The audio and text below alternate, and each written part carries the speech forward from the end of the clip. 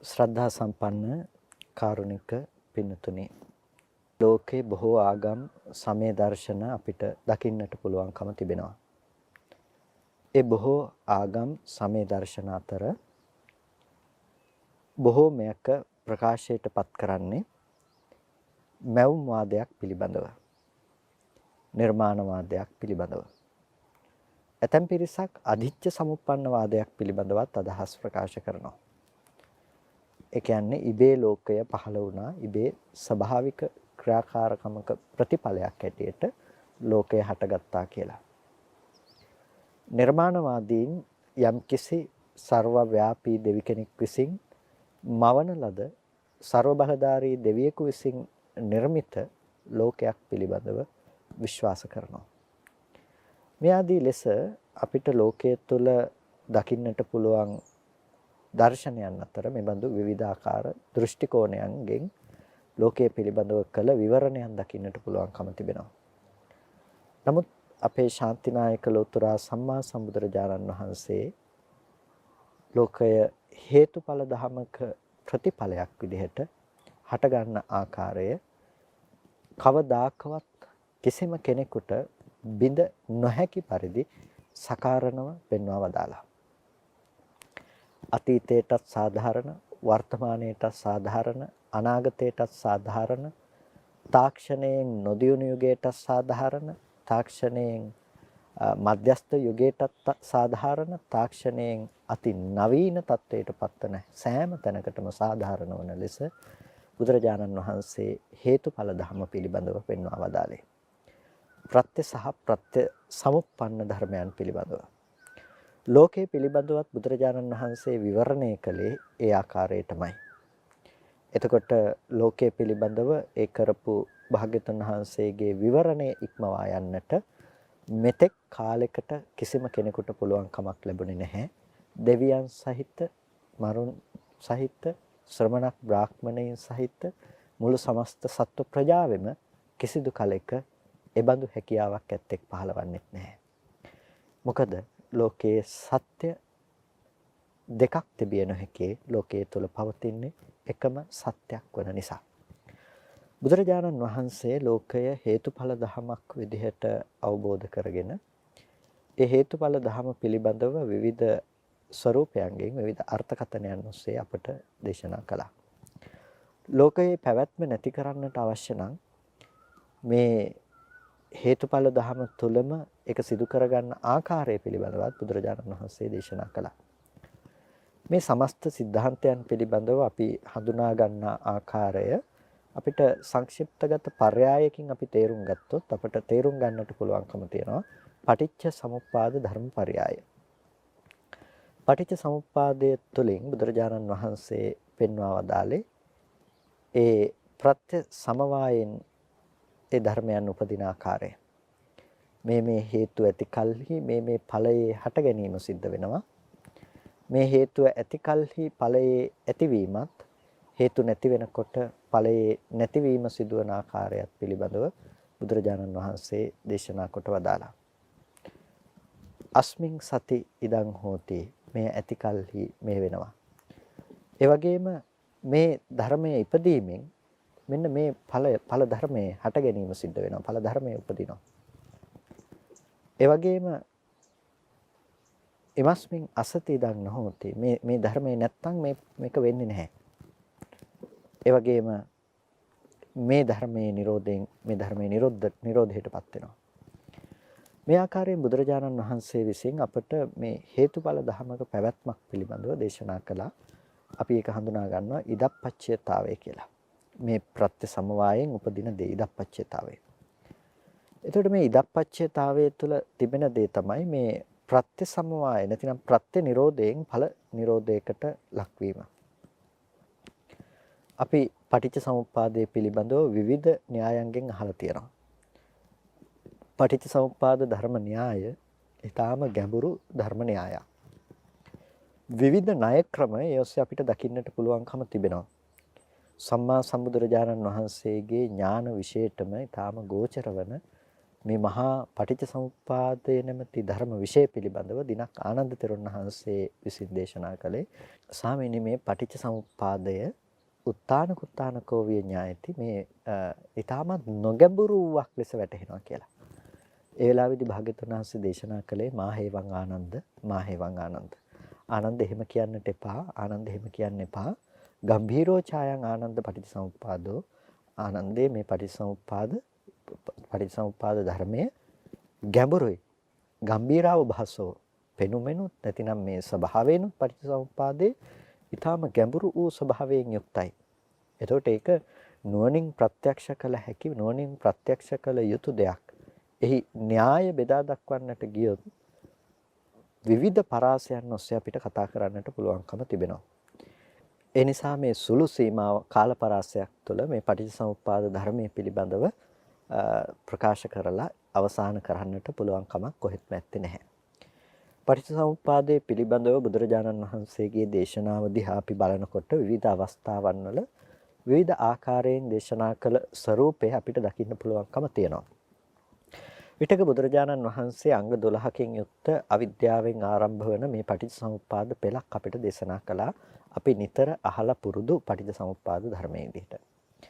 තවත් අවස්ථාවකදී බුදුරජාණන් වහන්සේ මැදින් පටිච්චසමුප්පාද පෙළ දේශනා කරමින් ඒ අගට සහ මුලට දෙපැත්තට ණය පැමිණවීම සිද්ධ කරනවා. තවත් අවස්ථාවකදී බුදුරජාණන් වහන්සේ පටිච්චසමුප්පාද ධර්මයේ අගින් පටන්ගෙන මුලට දේශනා කරනවා. මේ විදිහට පටිච්චසමුප්පාදයේ පිළිබඳව භාග්‍යවතුන් වහන්සේගේ දේශනාවම විසිතුරුයි. ඒ වගේම ඇතැම් අවස්ථාවල බුදුරජාණන් වහන්සේ මේ අපේ සමස්ත ජීවිතයට දුක ගලාගෙන එන විදිහ පටිච්චසමුප්පන්න ක්‍රියාවලියක් හැටියට දේශනා කරනවා. ඇතැම් විටක අතීත භවයේ තුල ලැබුණු වර්තමාන විපාකයකට අපි කර්ම සිද්ධ කරගන්න ආකාරය සහ අනාගතයට ලැබෙන විපාකයේ පිළිබඳව දේශනා කරනවා. ඒ වගේම තවත් අවස්ථාවකදී එක සිතක පටිච්චසමුප්පාද ධර්මයන් යෙදෙන්නේ කොහොමද? ඒක චිත්තක්ෂණික පටිච්චසමුප්පාද වාරයක් පිළිබඳව පෙන්වා දෙනවා. ඒ කියන්නේ දැන් චක්කු විඥාන සිතෙහි පටිච්චසමුප්පාදය සිද්ධ වෙන්නේ කොහොමද? චක්කු විඥාන සිත හටගන්න වෙලාවේදී පටිච්චසමුප්පාදේ ක්‍රියාත්මක වෙන්නේ කොහොමද?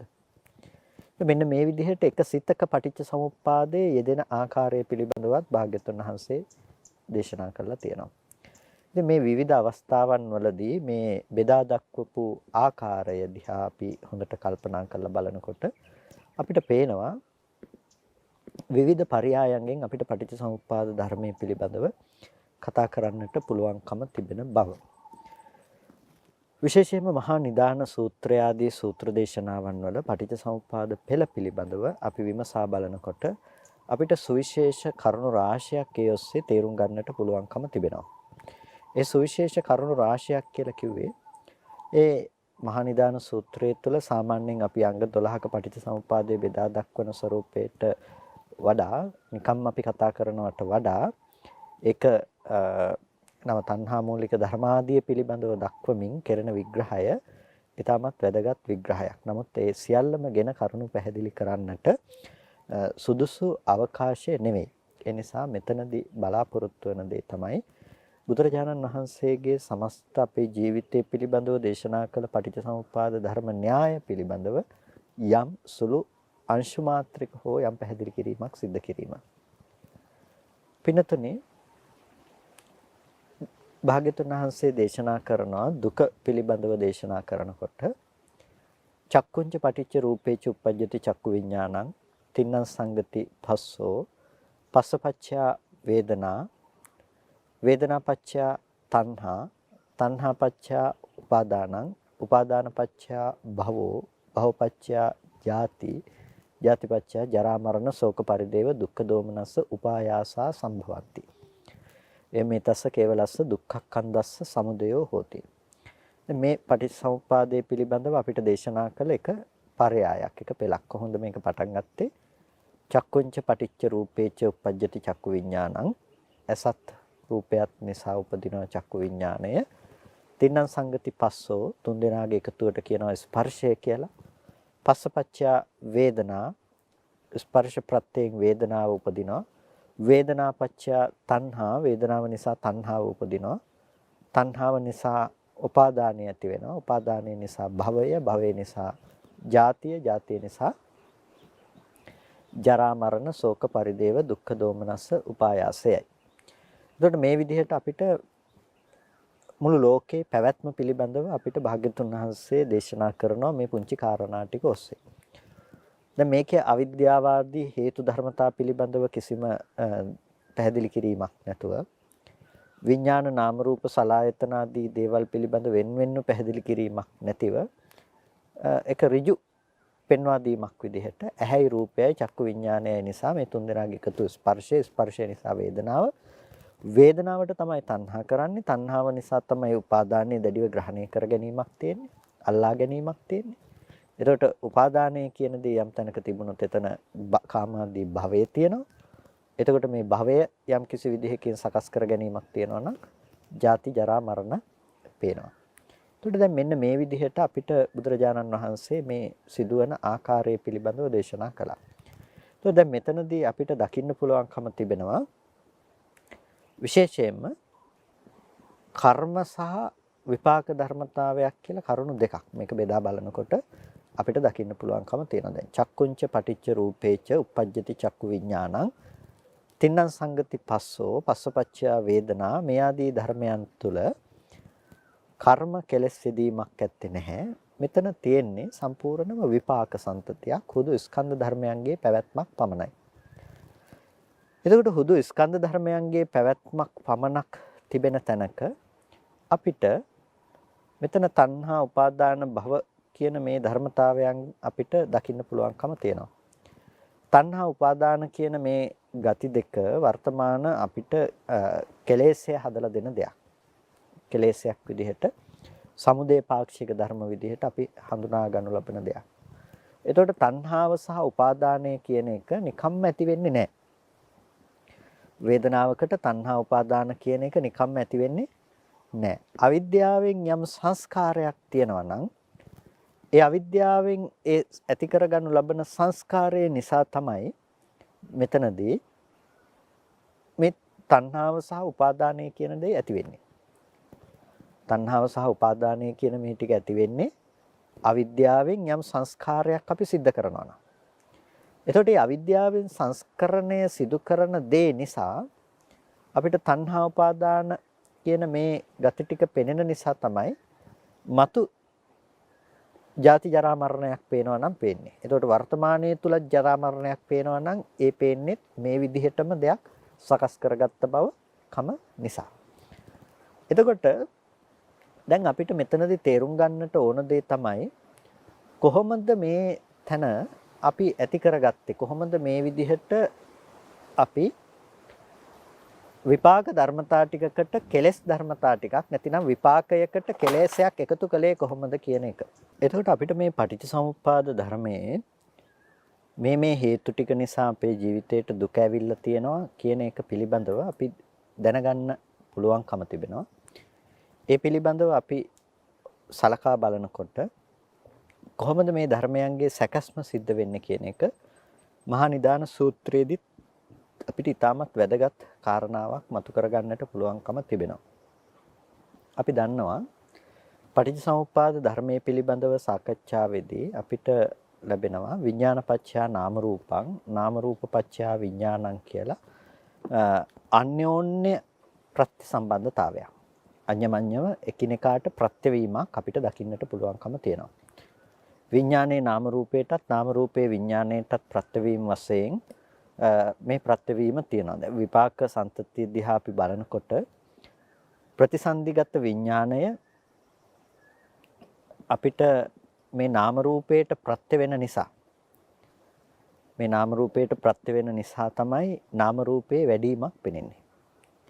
ප්‍රතිසන්දි විඥානයේ නාම රූපයට ප්‍රත්‍ය වෙන නිසා විඥානයේ පැවැත්මක් පේනවා. ඒ වගේම නාම රූපයන්ගේ වැඩිමක් පේනවා. ඒ වගේම නාම රූපයේ ප්‍රතිෂ්ඨාව සලසන නිසා විඥානයේ පැවැත්මක් පේනවා. විඥානයේ නාම රූපයටත් නාම රූපයේ විඥානයටත් කියන මේ දෙපැත්තෙන්ම මේ අන්‍යෝන්‍ය ප්‍රත්‍යතාවය සිද්ධ කරනවා. ඒ වගේම තමයි තවත් සුවිශේෂ කාරණාවක් මේ ඔස්සේ අපිට දකින්නට පුළුවන්කම තිබෙනවා.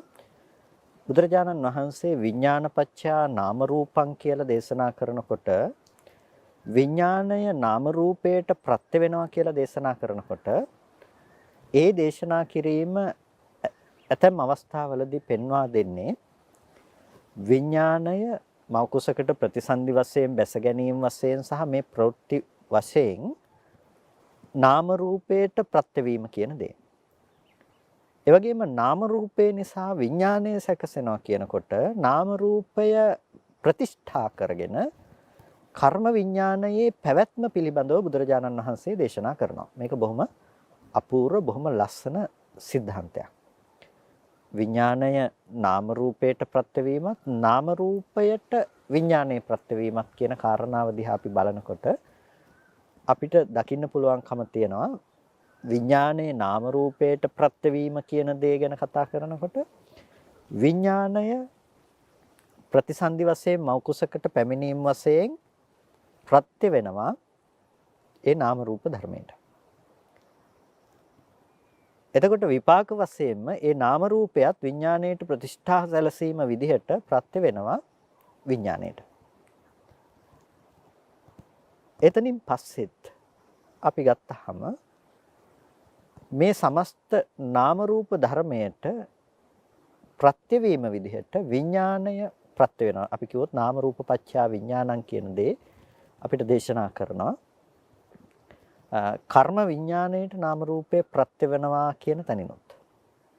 අපි මහා නිදාන සූත්‍රයේදී බුදුරජාණන් වහන්සේ දේශනා කරන ආකාරය පිළිබඳව අපි බැලුවොත් එහෙම කොහොමද මේ නාම රූප පත්‍යා විඥානං කියන දේ පිළිබඳව බුදුරජාණන් වහන්සේ දේශනා කරන්නේ. අපි සාමාන්‍යයෙන් කතා කරන්නේ විඥාන පත්‍යා නාම රූපං. හැබැයි නාම රූප පත්‍යා විඥානං කියලා මේ නාම රූපය විඥාණයට ප්‍රත්‍ය වෙනවා කියලා යමක් තියෙනවා නම් අන්න ඒක වෙන්නේ කොහොමද කියන එක පිළිබඳව අපිට දේශනා කරනවා. නාම රූප පත්‍යා විඥානංති ඉතිකෝ පනේතං උත්තං තදානන්ද විනාපේතං පරියායේන වේදිතබ්බං. ආනන්ද නාම රූපය විඥාණයට ප්‍රත්‍ය වෙනවා කියලා යමක් තියෙනවා නම් ඒ ප්‍රත්‍යවීම පිළිබඳව මේ පරයයන් මෙසේ දැනගන්නට අවශ්‍යයි. යතා නාම රූප පත්‍යා විඥානං යම්සේ නාම රූප ප්‍රත්‍යයෙන් විඥාණය වෙනවා නම් එතන සිද්ධ වෙන්නේ විඥානංචහි ආනන්ද නාම රූපේ පතිත්තං ලබිස්සත. ආනන්දය විඥාණය නාම රූපේහි ප්‍රතිෂ්ඨාව ලබන්නේ නැත්තම් විඥානංචහි ආනන්ද නාම රූපේ පතිත්තන්න ලබිස්සත විඥානයේ නාම රූපේ ප්‍රතිෂ්ඨාව නොලබන්නේ නම් අපිනිකෝ ආයතින් ජාති ජරා මරණං දුක්ඛං සමුදය දුක්ඛ සමුදය සම්භවෝ පඤ්ඤායේත හති. ආයතින් මත්තේහි නැවත අනාගතයේට මේ ජාති ජරා මරණ දුක්ඛ සමුදය සම්භවෝ පඤ්ඤායේතාති ජාති ජරා මරණ මේ දුක්ඛ සමුදය මේ දේවල් පේනවද කියලා අහනවා. නාම රූපය නිසා විඥාණය හට ගන්නවා කියන එක ආනන්ද මේ විදිහට දැනගන්න කොහොමද?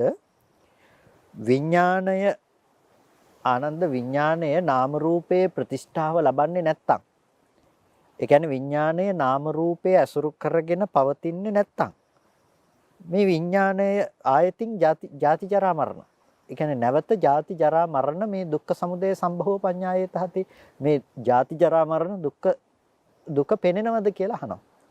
නොහේතම් බන්තේ ස්වාමීනි එහෙම වෙන්නේ නැහැ. ඒ කියන්නේ විඥානයේ නාම රූපයේ ප්‍රතිෂ්ඨා කරගෙන තිබුණොත් තමයි අනාගතයේට ජාති ජරා මරණ කියන දුක එන්නේ. විඥානයේ නාම රූපයේ ප්‍රත්‍ය කරගෙන පවතින්නේ නැතිනම් අනාගතයේට ජාති ජරා මරණ දුකේ පැමිණීමක් ඇත්තේ නැහැ. තස්මාතිහානන්ද ඒසේව හේතු ඒතන් නිදානං ඒස සමුදයෝ ඒස පච්චයෝ විඥානස්ස යදිදං නාම රූපං. එතකොට මෙන්න මේ විඥාණයට නාම රූපය මේ හේතුව නිසා මේ ප්‍රත්‍ය නිසා නාම රූපේ ප්‍රත්‍යයි කියලා දේශනා කරනවා. එතකොට මේ නාම රූප පච්චය විඥානං කියලා දේශනා කරන එක. නාම රූප ප්‍රත්‍යයෙන් විඥානය හට ගන්නවා කියලා. එතකොට මේ නාම රූප ප්‍රත්‍යයෙන් විඥානය සකස් වෙනවා කියනකොට මෙතන ඊටාම පැහැදිලි අපිට මේ පෙන්වන්නේ මොකද්ද? මේ කර්ම විඥානය.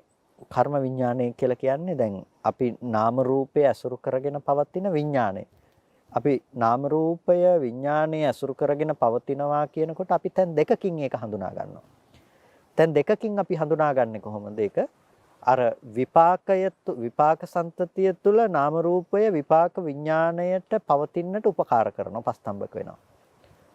ඒ වගේම නාම රූපයේහි නිමිති තබා ගැනීම වශයෙන් විඥාණය නාම රූපේ නැවත ඇසුරු කරනවා. එතකොට ඒ නාම රූපය කියන එක විඥාණයට ඒ විදිහට ප්‍රතිෂ්ඨාවක් සලසලා තියෙනවා. ඒ නිසා නාම රූප පත්‍යා විඥානං කියනකොට අර මුළු සමස්ත අපේ ජීවත් වීම එහෙම නැතිනම් විපාක සන්තතියම නාම රූප කියන ධර්මයට අයිති කරලා දැන් නාම රූප කියනකොට එතන විඥානයත් ඇතුළත් කොට මුළු සමස්ත අපි කිව්වොත් ස්කන්ධ ධර්මතා ටික අපි කිව්වොත් විඥාන නාම රූප සලආයතන පස්ස වේදනා කියන ධර්මතා ටික කොහොම නාම රූප කියන පොදු වචනයට ඇතුළත් කරලා අන්න ඒක විඥානයේ ප්‍රතිෂ්ඨාව විඥානයේ ලබනවා නම් ඒ නාම රූපේ ප්‍රතිෂ්ඨා විඥානය ලැබෙනව නැතිනම් නාම රූපේ ප්‍රත්‍ය කරගෙන විඥානය තියෙනවා නම් අනාගතයේදී ජාති ජරා මරණ පේනවා.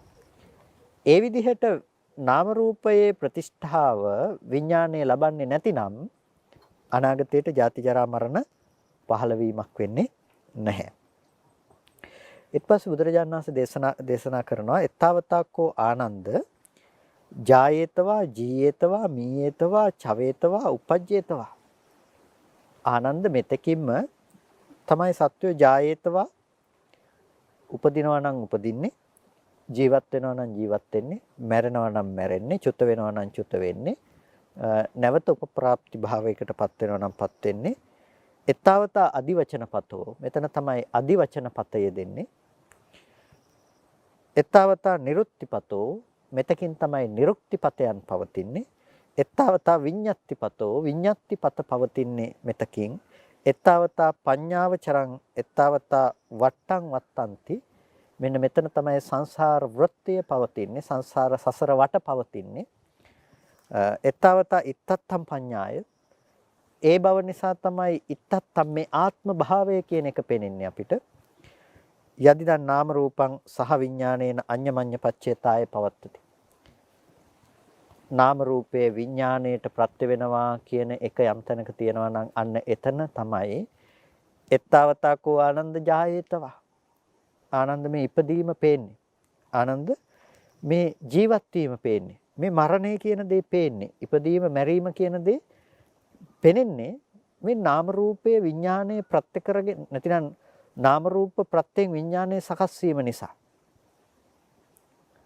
නාම රූප ප්‍රත්‍යයෙන් විඥානයේ සකස් වීම නිසා කොහොමද දේශනා කළේ යදිදං නාම රූපං සහ විඥානේන අඤ්ඤමඤ්ඤ පච්චේතාය පවත්තති යම් විදිහකින් මේ නාම රූපය විඥානයේ සමග අඤ්ඤමඤ්ඤ පච්චේතාවයක් පවත්වනවා නම් අන්න ඒ හේතුව නිසා එතකොට දැන් මේ කාරණාව ඊටාම වැදගත් ඊටාම ගැඹුරු ධර්ම කාරණාවක් කොහොමද විඥානයේ නාම රූපේ ප්‍රත්‍ය කරගෙන පවතින්නේ අන්න ඒකම තමයි අපි අර මීට පෙර සඳහන් කරගත්ත සූත්‍ර දේශනාව තුලත් බුදුරජාණන් වහන්සේ දේශනා කළේ චක්කුංච පටිච්ච රූපේච උප්පජ්ජති චක්කු විඥානං තින්නම් සංගති පස්සෝ පස්සපච්චයා වේදනා ඒ වගේම වේදනා පච්චයා තණ්හා තණ්හා පච්චයා උපාදානං උපාදාන පච්චයා භවෝ භව පච්චයා ජාති ජාති පච්චයා ජරා මරණ දුක්ඛ දෝමනස් උපායස සම්භවಂತಿ එවමෙතස්ස කේවලස්ස දුක්ඛක්ඛන්දස්ස සමුදයෝ හෝති. එතකොට මෙන්න මේ කාරණාව තුළ අපිට පෙන්වුවේ සම්පූර්ණම මේ අපේ ජීවිතයේ දුක ඇති වුණ පිළිවෙල කොහොමද දුක ඇති වෙලා තියෙන්නේ විඥාණය නාම රූපයට ප්‍රත්‍ය වීම තුළ. එතකොට මේ විඥාණය නාම රූපයට ප්‍රත්‍ය වීම තුළින් තමයි මව් කුසකට විඥාණය බැස ගැනීම කියන දේ සිද්ධ වුනේ. ඊට පස්සේ වැඩි ආයතන තියෙනකොට දැන් අපිට නාම රූපය විඥාණයට නැවත ප්‍රත්‍ය වීමක් සිද්ධ කරනවා. ඒ තමයි අපේ කර්ම භවය සකස් කරන පැත්තේදී. කර්ම විඥාණයට හසු වෙනවා. එතකොට ඒ කර්ම විඥාණයට හසු වෙනවා කියලා කිව්වේ අර විපාක ධර්මතා ටික පිළිබඳව විපාක නාම රූපයට විඥාණයෙහි නිමිති තබා ගන්න විඥාණයට ඒ විපාක නාම රූප දෙකේ නිමිති තබා ගන්නට පුළුවන් වෙනකොට නාම රූප ධර්මතාවයේ අසුරු කරන්න පුළුවන්කම විඥාණයට ලැබෙනකොට නාම රූප නිරෝධය පිළිබඳව අවබෝධයක් නැති වෙනකොට නාම රූප පරිච්ඡේදයක් නැති වෙනකොට මේ නාම රූප ධර්මතා දෙක පිළිබඳව සත්පුද්ගල සංකල්පයක් සත්පුද්ගල සංඥාවක් කෙනකෙනාට ඇති වෙනවා. එතකොට සත්පුද්ගල සංඥාවක් සත්පුද්ගල සංකල්පනාවක් ඇති වෙනකොට ඒ අය ආත්ම භාව වශයෙන් රූපාදී ධර්මයන් පිළිබඳව කල්පනා කරනවා. ලෝකේ සක්කාය දිට්ඨියට පදනම පෙනෙනවා. එහි පටිච්ච සමුප්පාද ධර්මයක් දැක්කේ නැහැ.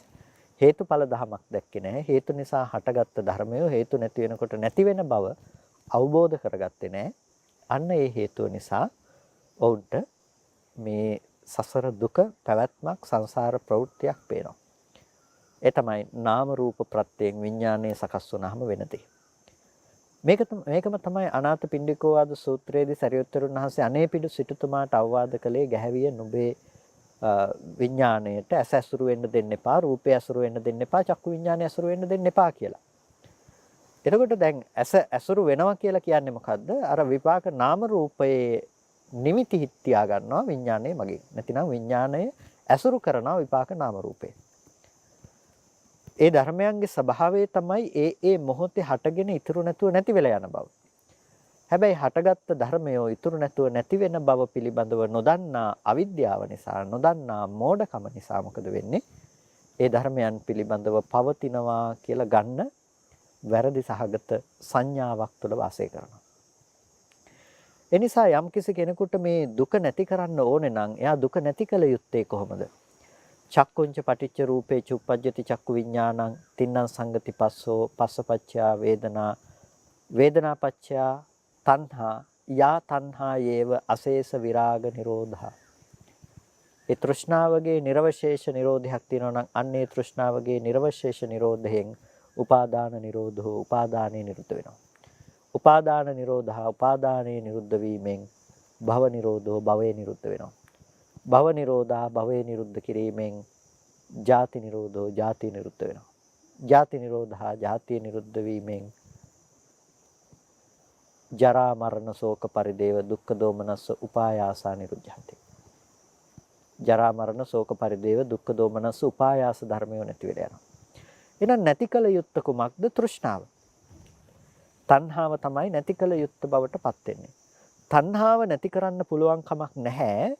විඥාණය නාම රූපේහි ප්‍රතිෂ්ඨාව ලබනවා නම් විඥාණය නාම රූපේහි ප්‍රතිෂ්ඨාව ලබනවා නම් තණ්හාව නැති කරන්න පුළුවන් කමක් නැහැ. විඥානයේ නාම රූපේහි ප්‍රතිෂ්ඨාව ලබන සෑම තැනකම තණ්හාව අනිවාර්යයෙන්ම පවතිනවාමයි. තණ්හා අනුසය හෝ පවතිනවාමයි. එනිසා විඥානයේ නාම රූපයේ ප්‍රතිෂ්ඨාව ලැබෙන්නේ නැති වෙන්න නම් නාම රූප නිරෝධ කළ යුතුයි. නාම රූප නිරෝධ කළ යුතුයි. නාම රූප නිරුද්ධ කරන්න කියලා කියන්නේ අපිට අද පුළුවන් කමක් නැහැ. පෙර අවිද්‍යා සංස්කාරය නිසා හටගත්ත විපාක ධර්මතා ටික නැති කරලා දාන්න අද පුළුවන් කමක් නැත්තේ නැහැ. එහෙම වුණොත් සෝපදිශේෂ නිබ්බාන අනුපදිශේෂ නිබ්බාන කියලා මේ නිර්වාණය පිළිබඳව අපිට කතා කරන්න බැරුව යනවානේ. ඒ කියන්නේ කන්ද උපදී පමණක් තියනවා කියලා අපිට කියන්න බැරුව යනවා. එහෙම වුණොත් මරණය සහ නිවන කියන මේ දෙකම එකක් කියන්න සිද්ධ වෙනවා. ඒ නිසා එහෙම කියන්න පුළුවන් කම නැහැ. ඒ නිසා මේ කියන්නේ නාම රූප නිරෝධය නිවනයි කියලා කියනකොට නාම රූපය නැති කරලා දාන්න කියලා කියන්නේ ඔය සම්තතිය අයින් කරලා දාන්න අපිට පුළුවන් කමක් නැත්තේ නෑ. මොකද අතීත හේතු නිසා නම් මේ වර්තමාන ඵලය හටගන්නේ. අපිට අතීත හේතු දැන් නසන්න පුළුවන් කමක් නැත්නම් අපිට මේක නසලා දාන්න පුළුවන් කමක් නැත්තේ නෑ. හැබැයි අපිට පුළුවන් වර්තමාන හේතු සකස් නොකරගෙන ඉඳීම තුළ අනාගතයට මේ විදිහේ දෙයක් නූපදවා ඉන්න පුළුවන්කම තියෙනවා. වර්තමාන හේතු සකස් නොකර ගැනීම තුළ අනාගතයට මෙබඳු වූ ඵලයක් නූපදවා ඉන්න පුළුවන්කම තියෙනවා. බුදුරජාණන් වහන්සේ දේශනා කළේ අන්න ඒ හේතු ඝාතනය තුළ හේතුව දුරු කිරීම තුළ අනාගතයට ලැබෙන ඵලය නිරෝධයටපත් කිරීම. ඒකයි තණ්හාව දුරු කරන්න කියලා දේශනා කළේ. තණ්හාව මුල. තණ්හාව දුරු කළ යුතුයි. එතකොට යම් තැනක තණ්හාව දුරු කළ යුතු නම් ඒ තන තණ්හාව දුරු කරන්න පුළුවන් කමක් නැහැ. ඒ තණ්හාවට ආශ්‍රය වන අර මෝඩකම එතන තියෙනවා. මොකක් ගැන මෝඩකමද? අර නාම රූප ධර්මයේ පිළිබඳව තියෙන අනුවණකම තියෙනවා. නාම රූප ධර්මයේ පිළිබඳව තියෙන මෝඩකම තියෙනවා. ඒ කියන්නේ චක්කුංච පටිච්ච රූපේච උප්පජ්ජති චක්කු විඥානං තින්නම් සංගති පස්සෝ පස්සපච්චයා වේදනා කියපු මේ ධර්මතා ටිකේ ඇත්ත ස්වභාවය දන්නේ නැත්තම්. එහෙම නැතිනම් විඥාන නාම රූප සලආයතන පස්ස වේදනා කියන මේ පටිච්චසමුප්පාද අංගයන්ගේ තියෙන ස්වභාවය දන්නේ නැත්තම් විඥාන නිරුද්ධ වුණොත් නාම රූපේ නිරුද්ධ වෙනවා, නාම රූපේ නිරුද්ධ වුණොත් සලආයතන නිරුද්ධ වෙනවා, සලආයතන නිරුද්ධ වුණොත් ස්පර්ශය නිරුද්ධ වෙනවා, ස්පර්ශ නිරුද්ධ වුණොත් වේදනාව නිරුද්ධයි කියන මේ නුවණ නැති වුණොත් අනිවාර්යයෙන්ම මේ ධර්මතා ටික කෙනෙක් දෙයක් පුද්ගලයෙක් හැටියට අසුරු කරනවම තමයි. හැබැයි කෙනෙකුට මේ ධර්මතාවයන්ගේ Nirodhe නම් පේන්නේ. කෙනෙකුට මේ ධර්මතාවයේ Nirodhe නම් පේන්නේ. කොහොමද එයාට Nirodhe පේන්නේ? එයා දන්නවා ඇහැ ඇති උනේ කොහොමද කියලා. චක්කුංච පටිච්ච රූපේච උප්පජ්ජති චක්කු විඥානං කියලා කියනකොටම එයා දන්නවා ඇහැ ඉපදුනේ කොහොමද? ඇහැ උපදුනේ අවිද්‍යා කර්ම තණ්හා කියන ටිකත් එක්ක. එතකොට අවිද්‍යා සංඛාර තණ්හා උපාදාන භව කියන මේ කාරණා ටික ඔක්කොම ආවරණය වෙලා තියෙනවා. එතකොට එයා දන්නවා ඇහැ කියන එක ඉපදුනේ මේ පුරාණ කර්මයයි කියලා. එතකොට මේ පුරාණ කර්ම ප්‍රත්‍යයෙන් හටගත්ත මේ දේ ආහාර නිරෝධයෙන් නිරුද්ධ වෙලා යනවාද? ඒ රූපය ඇහි නිරෝධයෙන් රූපේ පැවැත්ම කතා කරන්න පුළුවන් කමක් නැත්තේ නෑ. රූපයත් හටගෙන ඉතුරු නැතුව නැති වෙලා යනවා. එතකොට ඒ හිතත් හටගෙන ඉතුරු නැතුව නැති වෙලා යනවා. අනිත් අපි සාමාන්‍ය කතා කරන පරයයන් කතා කරොත් විඥානයේ නිරුද්ධ වෙනකොට නාම රූප ධර්මයට පැවැත්මක් නැහැ. නාම රූපේ නිරුද්ධ වෙනවා. නාම රූපේ නිරුද්ධ වෙනකොට ආයතන නිරුද්ධ වෙනවා. ආයතන නිරුද්ධ වෙනකොට ස්පර්ශය නිරුද්ධ වෙනවා. ස්පර්ශ නිරුද්ධ වෙනකොට වේදනාව නිරුද්ධ වෙනවා. මේ ධර්මතා ටිකේ Nirodhe පිළිබඳව දකිනවා.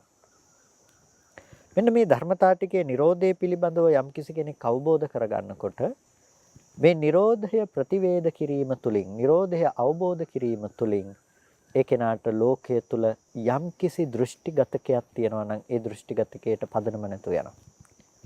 ඒ අවබෝධ කළ යුතු තැන තමයි අවබෝධ කළේ. මොකද්ද අවබෝධ කළ යුතු තැන බවට පත් උනේ?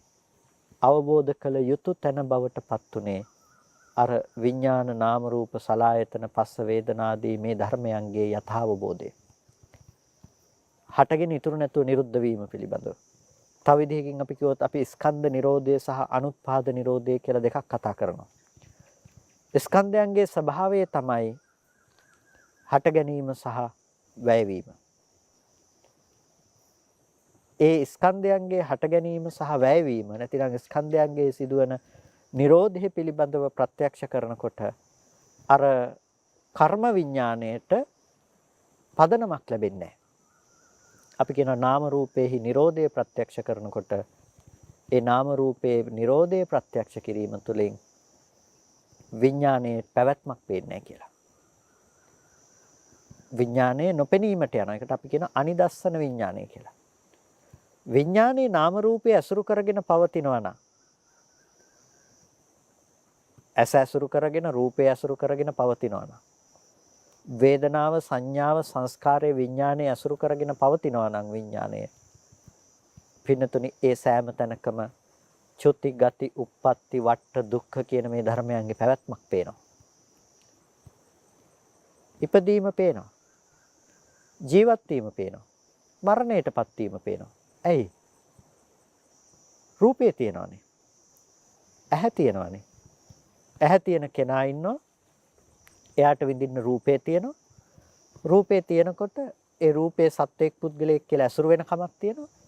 එහෙනම් එයාට ප්‍රවෘත්තියක් තියෙනවා දැන්. එයාට සසර තියෙනවා දැන්. යැම්මීම් පේනවා දැන්. එතකොට මේ මුළු ලෝකයක් එයාට නිර්මාණය වෙලා තියෙනවා. ලෝකයේ නිර්මාණය උනේ කුමන හේතුවක් නිසාද කියලා බැලුවොත් එයාට පේනවා ලෝකයේ නිර්මාණය වෙලා තියෙන වෙන දෙයක් නිසා නෙමෙයි. විඥානයේ නාම රූපය අසුරු කරනවා නම් යම් තැනක ඒකම තමයි ඔහුට ඔහුගේ ඉන්ද්‍රියානුබද්ධ ලෝකය අවශිෂ්ට වීම. ඒ කියන්නේ ඉන්ද්‍රියානුබද්ධ ලෝකය ඔහුට ඉතුරු වෙලා තියෙන්නේ මොකක් නිසාද? ඉන්ද්‍රියානුබද්ධ ලෝකය ඔහුට ඉතුරු වෙලා තියෙන්නේ අර විඥානයේ නාම රූපය අසුරු කරගෙන පවත්වන කම නිසා.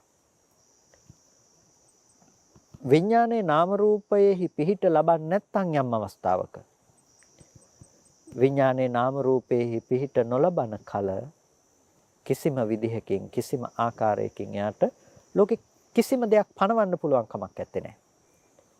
ඇයි ලෝකය කියලා යමක් තියෙනවා නම් ඒ ලෝකය කියන සියල්ලම පණවන්නේ නාම රූප ධර්මතා දෙක මතනේ.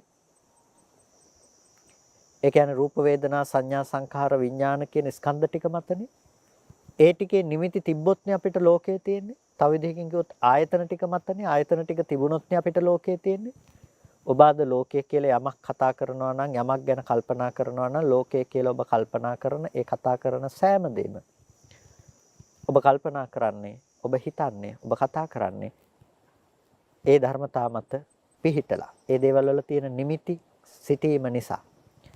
ඒ නිසා ඔබට යම් විදිහකින් පුළුවන්කම තියනවා නම් ඒ නිමිති හිටින් නැති විදිහට ජීවත් වෙන්න. ඒ නිමිති හිටින්නේ නැති විදිහට ජීවත් වෙන්න. අන්න එතකොට ඒ ධර්මයන්ගේ පැනවීමක් කරන්න පුළුවන් කමක් නැහැ. දැන් රූපේ පැත්තේ නිමිති ඔබට හිටින් නැත්තම් රූපේ පැත්තේ නිමිති හිටින්නේ නැති වෙනකොට රූපේ පැත්තේ නිමිති හිටින්නේ නැති වෙනකොට කියලා කියන්නේ මොකද්ද? අපිට ඇහැට පෙනෙන රූපේ පැත්තේ නිමිත්තක් නැත්තම් මතක් කරගන්න දෙයක් නැත්තම් සරලවම කිව්වොත් අපිට මතක් කරගන්න දෙයක් නැත්තම් පින්නතුනේ අනිවාර්යයෙන්ම අපිට ඒක ගැන අරමුණු කරන්න දෙයක් ඇත්තේ නැහැ. අපි යම් තැනකට ගියාම සටහන් තබා ගන්නවා. මේ තැනට ගියා කියලා අපි මතක තබා ගන්නවා.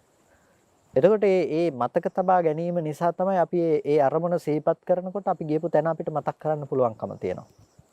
ඔබ ලෝකය කියලා අද සිහිපත් කරන්නේ මේ විදිහට ඔබ සටහන් තබාගත්ත දේවල්, දැකපු දේවල්, අහපු දේවල්, විඳපු දේවල්, දැනගත්ත දේවල් අද කල්පනා කරන්නේ. ඇයි? ඔන්න කර්ම විඥාණයට හසු කරගන්න දේවල් ගොඩක් හම්බෙලා තියෙනවා. දැන් මේ ශාසනය සිද්ධ කරන දේ තමයි කර්ම විඥාණයට හසු කරගන්න දේවල් පෙන්වලා දෙන්නේ නැහැ. ඒ දේවල් වල නිරෝධය පෙන්වා දෙනවා. කොහොමද නිරෝධය පෙන්වා දෙන්නේ? පෙන්වලා දෙනවා. ඇස කියන එක ප්‍රත්‍ය සමவாயෙන් ඉපදුණු දෙයක්. ඒ ඇස ප්‍රත්‍ය නිරෝධයෙන් නිරුද්ධ වෙනවා. රූපය කියන එක ප්‍රත්‍ය සමவாயෙන් උපන් දෙයක්. ඒක ප්‍රත්‍ය නිරෝධයෙන් නිරුද්ධ වෙනවා. චක්කු විඥානය කියන එක ප්‍රත්‍ය සමவாயෙන් උපන් දෙයක්. ඒක ප්‍රත්‍ය සමவாயෙන් නිරුද්ධ වෙනවා. නාම රූප ප්‍රත්‍යයෙන් උපන් දෙයක්. ඒක නාම රූප නිරෝධයෙන් නිරුද්ධ වෙලා යනවා. එතකොට මේ නාම රූපයේහි නිරෝධය පිළිබඳව මේ විදිහට ප්‍රත්‍යක්ෂ කරනකොට දැන් අර විඥාණයට මෙතන ඇසුරු කරන්න රූප නිමිති ඇත්තේ නැහැ. බාහිර පවතින රූප නිමිති ඇත්තේ නැහැ. සත්පුද්ගල නිමිති ඇත්තේ නැහැ. එතකොට මේ රූප නිමිති, සත්පුද්ගල නිමිති, සංස්කාර නිමිති නැත්තම් ඒ නැති දේ පිළිබඳව අපි පණවන්නේ කොහොමද? නැති දේ පිළිබඳව අපිට කවදාවත් පණවන්න පුළුවන් කමක් නැත්තේ නෑ. නැති දේ පිළිබඳව ලෝකේ අපිට පේන්නේ නැහැනේ කවදාවත්. ඒ කියන්නේ යම් කිසි දෙයක පැනවීමක් අපිට පේන්නේ ඒ දේ තිබුණොත්. හැබැයි තියෙන දේ කියලා යමක් අපිට පෙන්වලා දෙන්න දෙයක් නැත්තම්. තියෙන දෙයක් කියලා අපිට යමක් පෙන්වලා දෙන්න නැත්තම්. ඒ කියන්නේ අපිට පේන්නේ නැත්තම් යමක්. හිතන්නකො මේ විදිහට ඔබට ඇහැට පෙනුණු දෙයක්වත් නෙමෙයි නං. කනට ඇහුණු දෙයක්වත් නෙමෙයි නං. ඔබට නාසයට දැනුණු, දිවට දැනුණු, කයට නොදැනුණු, හිතෙන් දැන නොගත්ත දෙයක් තියෙන්න පුළුවන්ද?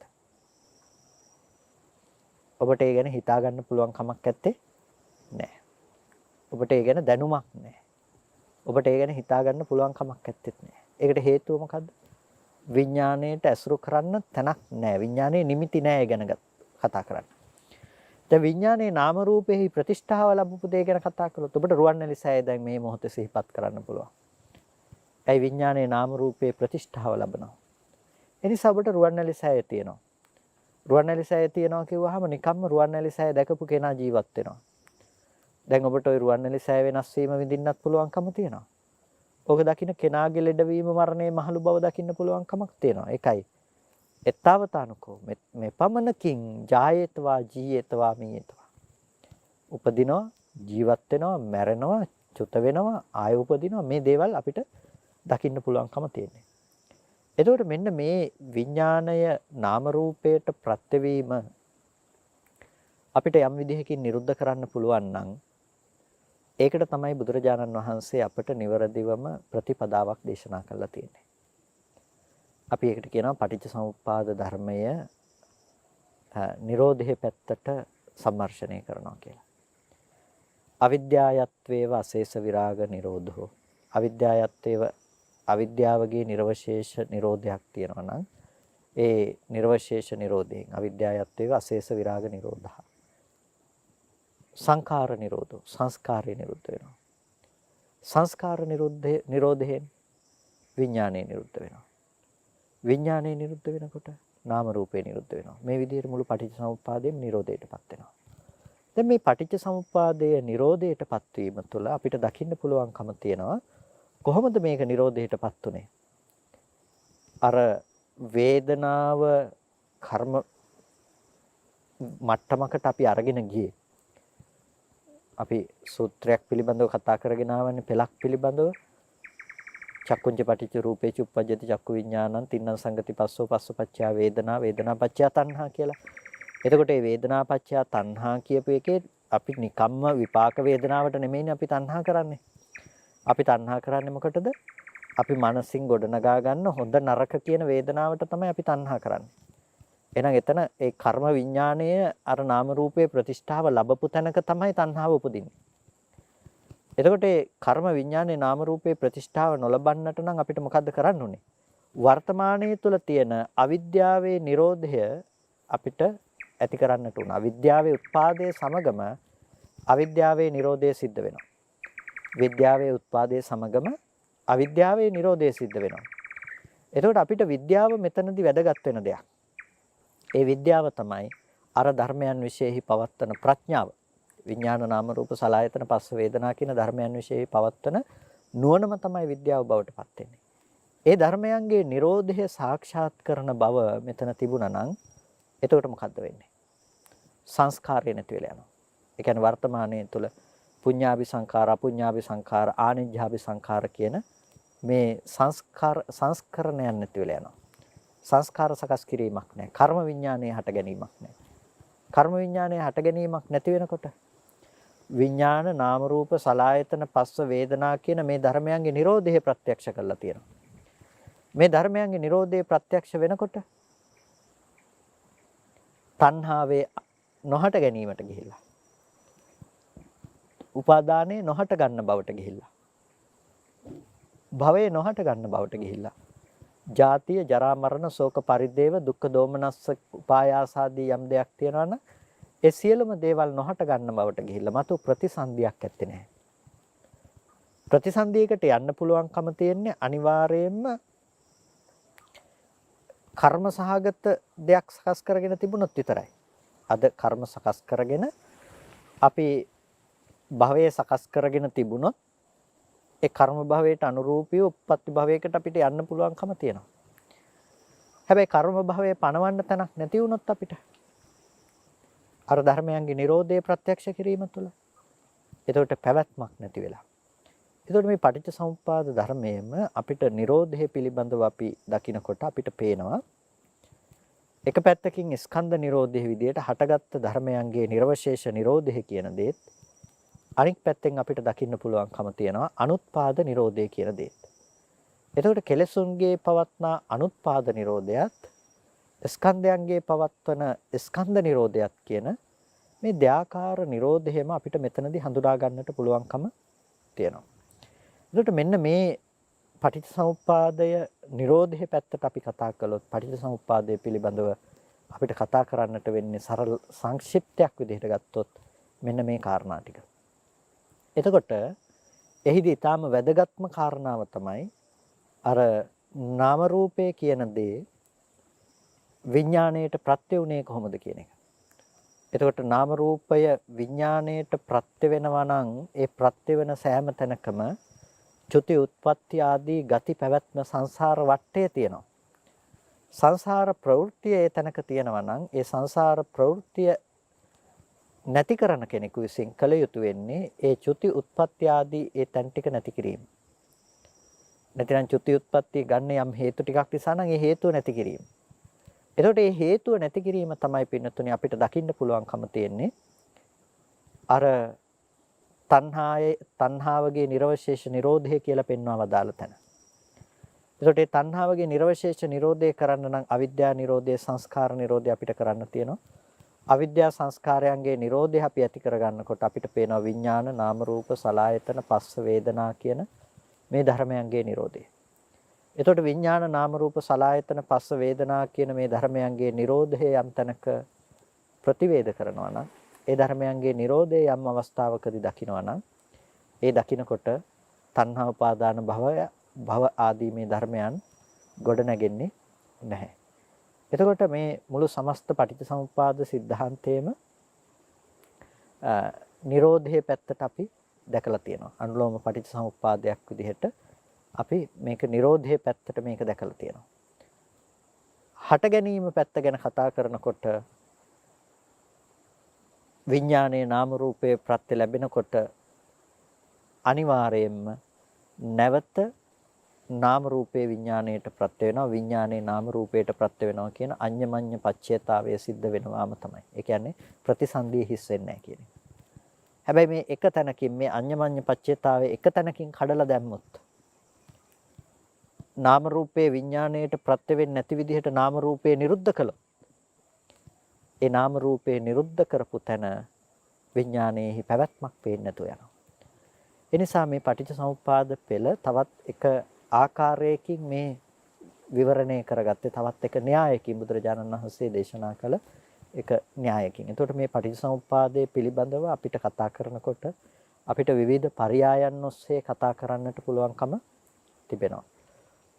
එතකොට මේ විවිධ පරයයන්ගෙන් කතා කරන පටිච්චසමුප්පාදයේ බුදුරජාණන් වහන්සේ විවිධ සූත්‍ර දේශනාවන්ගෙදී විවිධ ණය ක්‍රමයන්ගෙන් අපිට පෙන්වලා දීලා තියෙනවා. ඒකෙදි මේ මහා නිදාන සූත්‍රයේහි නාම රූප ප්‍රත්‍යයෙන් විඥාණය හට ගන්නවා කියන කාරණාව පිළිබඳව කරන විවරණය එකතු කරගෙන දුක්ඛාදී සූත්‍ර දේශනාවන් වලදී බුදුරජාණන් වහන්සේ දුක්ඛ සමුදය ආදී සූත්‍ර දේශනාවන් වලදී දුක හට ගන්න විදිහ ගැන පෙන්වා දෙනකොට ඒ පෙන්වා දුන්න ආකාරයත් එකතු කරගෙන තමයි මේ අද දවසේදී මේ සාකච්ඡාව කළේ. මොකද මේ පරයයන් දෙක බොහොම අපූර්වට එකට සැසඳෙන පරයයන් දෙකක් නිසා. නාම රූපය විඥාණයට ප්‍රතිෂ්ඨාව සලසනකොට නැතිනම් නාම රූපපච්චය විඥානං කියලා කියනකොට කර්ම විඥාණයට නාම රූපයේ ප්‍රතිෂ්ඨාව සලසනවා කියන එකම අර දුක්ඛ සමුදය සූත්‍රයේ තුලදී අපිට පේනවා තණ්හා උපාදාන භව ජාති ජරා මරණ කියන මේ ටිකේ පැවැත්මට අර ඇහැ රූප චක්කු විඥාන ස්පර්ශ වේදනා කියන ධර්මතා ටික කොහොමද පදනම් වුනේ කියලා. ඒ වගේම මෙතනටම අපි එකතු කරගන්නකොට අනාථපිණ්ඩිකෝ ආදී සූත්‍ර දේශනාවන් අපිට පේනවා විඥාණය අර නාම රූපේ ප්‍රතිෂ්ඨාව ලබන්නේ කොහොමද කියන එක ගැන. ඒ කියන්නේ අර ඇස පිළිබඳව ඇස ඇසුරු වෙනවා නම් රූපය ඇසුරු වෙනවා නම් චක්කු විඥානය ඇසුරු වෙනවා නම් ඒ ධර්මයන්ගේ නිමිති තියා ගන්නවා නම් ඒ කියන්නේ නාම රූපේ ප්‍රතිෂ්ඨාව ලබනවා නම් මේ විඥානේ එතකොට අන්න එතකොට ඔබට ලෝකේ නිර්මාණය වෙනවා චුති උත්පත්ති පේනවා දුක විඳින්න පුළුවන්කම තියෙනවා මෙපමණකින් තමයි මුළු සමස්ත ලෝකයේහි පැනවීම තියෙන්නේ. ඉතින් මෙන්න මේ ආකාරයෙන් අපිට මේ පටිච්චසමුප්පාද ධර්මයේ පිළිබඳව වටහා ගන්නට පුළුවන්කම තිබෙනවා.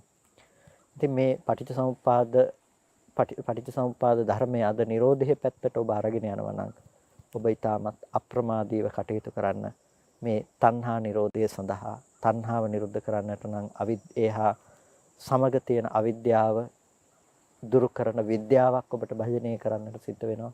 ඒ විද්‍යාව ඇසුරු කිරීමෙන් අවිද්‍යා නිරෝධයෙන් තණ්හාවේ අනුත්පාදය උපදවා ගැනීම සඳහා උත්සාහවත් වන්නට කියලා ඔබට බොහොම කල්යාණ මිත්‍ර භාවයෙන් සිහිපත් කරනවා.